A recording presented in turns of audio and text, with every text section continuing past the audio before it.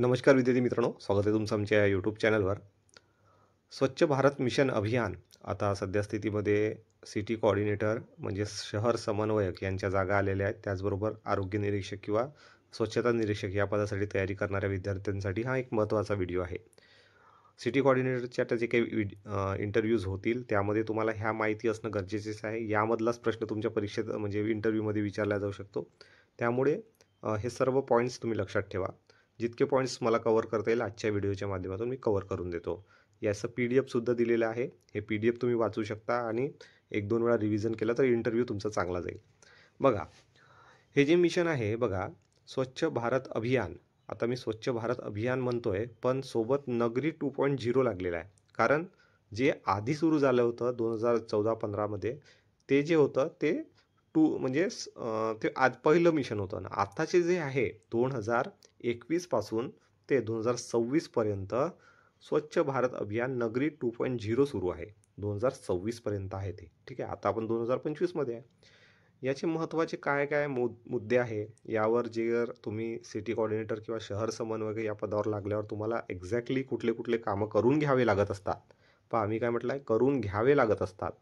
म्हणजेच तुम्हाला तिथे कोऑर्डिनेशनचं काम करावं लागत असते. जे काही वरतून वरच्या मंत्रालयातून किंवा वरच्या स्वच्छ भारत अभियान डिपार्टमेंटमधून जे काही तुम्हाला इन्स्ट्रक्शन येतात ते नगर परिषदमध्ये किंवा तुम्ही शहरामध्ये किंवा महानगरपालिकेमध्ये जर कामावर आहात, सिटी कोऑर्डिनेटर या पदावर आहात, तर तुम्हाला ते सर्व कामं तेथील स्टाफकडून करून घ्यावे लागतात. त्यांना इन्स्ट्रक्शन द्यावे लागत असतात आणि स्वतःसुद्धा त्या सर्व गोष्टीचा फॉलोअप घ्यावा लागत असतो.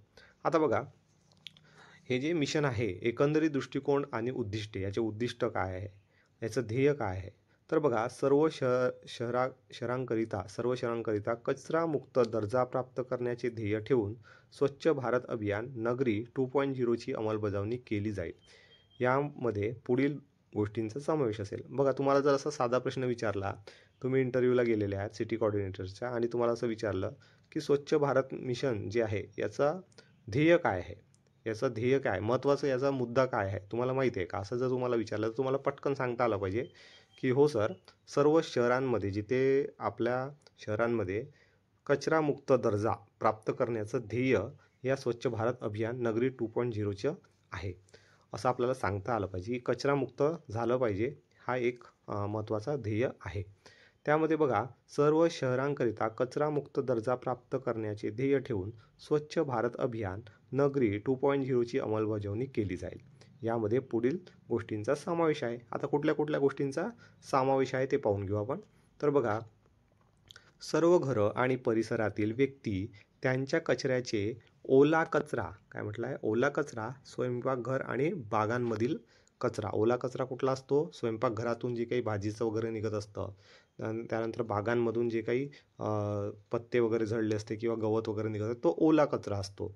आणि सुका कचरा कागद, काच, प्लास्टिक आणि घरगुती घातक कचरा यासह स्वतंत्रपणे वेष्टनात टाकलेले सॅनिटरी नॅपकिन कचरा असे वर्गीकरण करतील.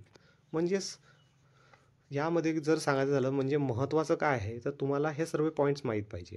ओला कचरा काय आहे, सुका कचरा काय आहे.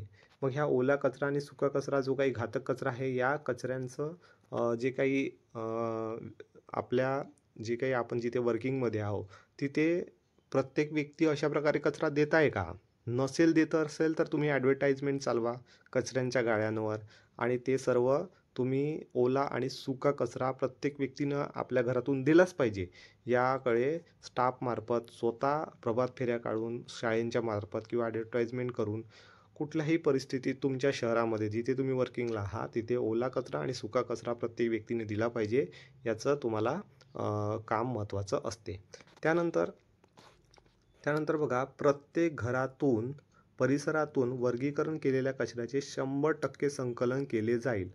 म्हणजेच बघा काय, तर जिथे तुम्ही वर्किंगला आहात, ज्या नगर परिषदला किंवा महानगरपालिकेला आहात, तिथे तुम्ही एकटेच वर्किंगला नसतात, तिथे खूप मोठा स्टाफ असतो तुमच्या अंडरमध्ये.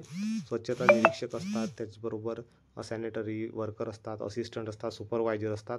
100, 150, 200, कुठे लोकसंख्या जास्त असेल तर 500, 1000 असा स्टाफ असतो. तर या महत्त्वाचं काय आहे यामध्ये की जितका पण परिसर तुम्ही ज्या पण नगर परिषदेला वर्किंगला आहात त्या परिसरातून तुम्हाला प्रत्येक व्यक्तीने जे काही प्रत्येक घर आहे त्या घरामधून 100% कचरा संकलन झालाच पाहिजे. कचरा संकलन झाला पाहिजे म्हणजे जे काही आपली कचऱ्याची गाडी जाते त्या कचऱ्याच्या गाडीमध्ये तिथून कचरा प्रत्येक व्यक्तीने दिलाच पाहिजे. त्या व्यक्तीने कुठेही उघड्यावर कचरा फेकू नये. ठीक आहे. असं कोणतंच घरच राहिलं नाही पाहिजे की तिथे कचऱ्याची गाडी 8 दिवसापासून जात नाही, 2 दिवसापासून जात नाही.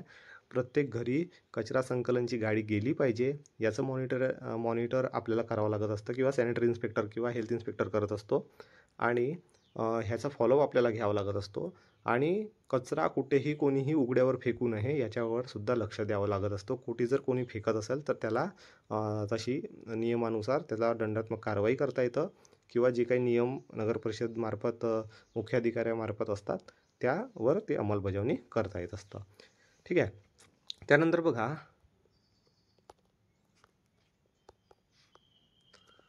त्यानंतरचं बघा सर्व प्रकारच्या कचऱ्याचे शास्त्रोक्त पद्धतीने 100% व्यवस्थापन आणि क्षेपणभूमीत शास्त्रोक्त पद्धतीने विल्हेवाट लावली जाईल. बघा याकडे सुद्धा तुमचं लक्ष असणं गरजेचं असते. म्हणजे जितका आपण कचरा येतो आहे डम्पिंग यार्डवर येतो आहे, जितका पण कचरा जमा होत आहे 100% कचऱ्याचं तुम्हाला व्यवस्थापन म्हणजेच ओला कचरा येत आहे तर ओल्या कचऱ्याचं जे काही आहे खत निर्मिती जे काही टाके बनवले जातात त्याच्यात ते व्यवस्थित गेलं पाहिजे. त्यानंतर सुका कचरा व्यवस्थित सेग्रिगेट झाला पाहिजे. खड्ड्याच्या जागेवर खड्डा गेला पाहिजे. सुक्या कचऱ्यामध्ये वेगवेगळे प्रकार असतात. काच येतो, खड्डा येतो, रबर येतो, कपडा येतो. त्याला वेगवेगळे सेग्रिगेशन पॉईंट बनवले जातात. त्या पॉईंटवर ते गेले पाहिजे. आणि ते जे डम्पिंग यार्ड आहे ते तुम्ही व्यवस्थित डिझाईन केलं पाहिजे. तुम्ही स्वतः तिथे गेले पाहिजे की ओला कचऱ्याची टीम वेगळी काम करत आहे, सुक्या कचऱ्याची टीम वेगळी काम करत आहे, व्यवस्थित सेग्रिगेशन होत आहे, ओला कचऱ्यापासून खत निर्मिती तयार होऊन राहिलेली आहे. जे काही त्याला दिवस लागते त्यानुसार ते होत असतात. त्याच्यानंतर सुक्या कचऱ्याचं व्यवस्थित सेग्रिगेशन पॉईंट निर्माण करून तिथे तो कचरा चाललेला आहे आणि पुढे मग तो रिसायकलिंगला नगर परिषदेच्या नियमामार्फत तो चाललेला आहे. ठीक आहे. तर यावर सुद्धा तुमचं लक्ष पाहिजे. आणि यामुळे काय होतं, ओला कचरा जो आला त्याचं खत निर्मिती झाली, सुका कचरा जो आला त्याला कंपन्यांमार्फत रिसायकलिंगसाठी पाठवला गेला. म्हणजे त्या डम्पिंग यार्डवर कचरा राहील का? तो शून्य कचरा प्रणाली होईल. म्हणजे कचराच नाही राहील. हळूहळू ओल्या कचऱ्याचं खत निर्मिती होत आहे, खताची ती विक्री केल्या जाते नंतर. आणि सुक्या कचऱ्याचं काय होत आहे, तो सेग्रिगेट करून तो वेगवेगळ्या पॉईंटला ठेवून तो रिसायकलिंग कंपनीला पाठवल्या जात आहे.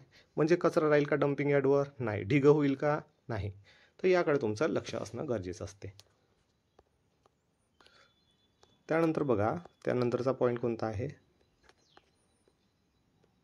आता बघा मी सांगितलं तुम्हाला कचरा डेपोमध्ये वर्षानुवर्ष साचून राहिलेल्या कचऱ्यासाठी शास्त्रोक्त पद्धतीने विल्हेवाट लावून तेथे हरित पट्टा निर्माण केला जातील. म्हणजे जो काही कचरा खूप वर्षापासून तिथे पडून आहे त्यावर सुद्धा तुम्हाला वर्करमार्फत किंवा सुपरवायझरला इन्स्ट्रक्शन देऊन त्यावर सुद्धा काम करून घ्यावं लागत असतं आणि आपला फॉलोअप घ्यावा लागत असतो. ठीक आहे.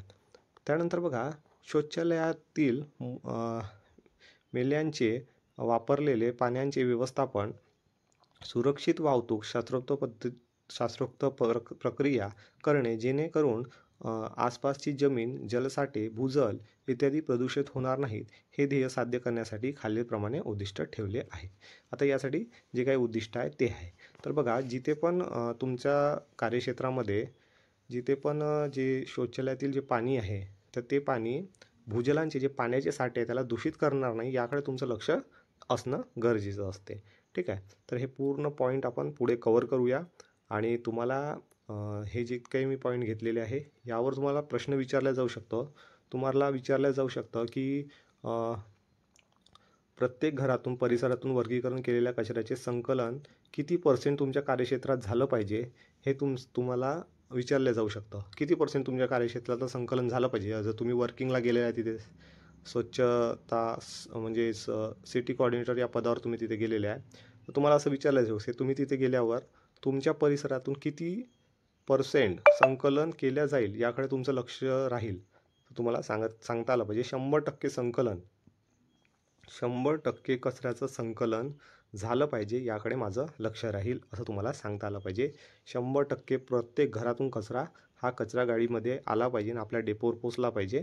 कचरा जो काही घनकचरा व्यवस्थापन केंद्र असते तिथं गेला पाहिजे. यावर माझं लक्ष राहील असं सांगता आलं पाहिजे. ठीक आहे. तर हे सर्व तुम्हाला प्रश्न विचारले जाऊ शकते.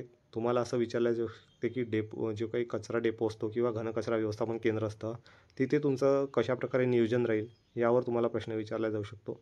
ठीक आहे. तर हे सर्व तुम्हाला प्रश्न विचारले जाऊ शकतात आणि थोडक्यात तरी तुम्ही त्याचा अभ्यास केला आणि रिव्हिजन केलं तर तुमचा इंटरव्ह्यू क्रॅक होऊ शकतो किंवा आरोग्य निरीक्षक या पदासाठी किंवा स्वच्छता निरीक्षक पदासाठी तुम्ही तयारी करत असाल तर अशा प्रकारचे सुद्धा तुम्हाला त्यामध्ये प्रश्न विचारले जाऊ शकतात.